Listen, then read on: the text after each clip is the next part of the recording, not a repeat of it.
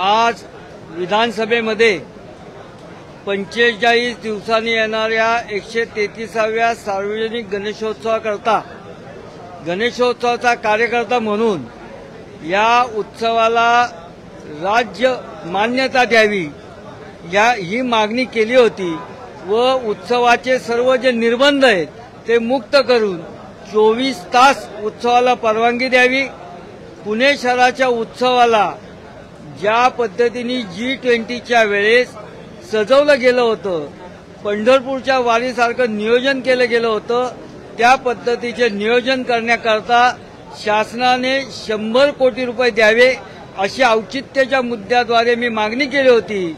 त्याला सांस्कृतिक मंत्री आशिष शेलार यांनी राज्य मान्यता या उत्सवाला दिली असं घोषित केलं आणि उत्सवाचे सर्व निर्बंध मुक्त करून या उत्सवाला 100 कोटी नाही 500 कोटी पर्यंतचा निधी सुद्धा या उत्सवाला दिला जाईल असं राज्य सरकारतर्फे जाहीर करण्यात आलं। लोकमान्य टिळकांनी चालू केलेला हा उत्सव ज्या स्वातंत्र्याकरता समाज संघटित व्हावा याकरता चालू केलेला उत्सव आज सामाजिक विधेयक हा पार पाडतोय। धर्म संस्कृती परंपरा विकसित करणारा हा उत्सव जवळजवळ देशातून विदेशातून लाखो पर्यटक याकरता येतात।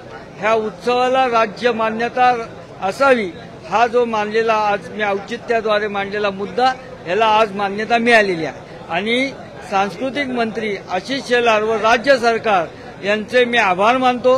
राज्याचे मुख्यमंत्री देवेंद्रजी फडणवीस साहेब आणि राज्याचे दोन्ही उपमुख्यमंत्री एकनाथजी शिंदे, अजितदादा पवार आणि आशिषजी शेलार यांनी पूर्ण शासनाची ताकद, महायुतीची ताकद या उत्सवाच्या मागे लावली जाईल आणि सर्व निर्बंध मुक्त केले जातील आणि 500 कोटीपेक्षा जास्त निधी या उत्सवाला सरकार देईल अशी ग्वाही दिली।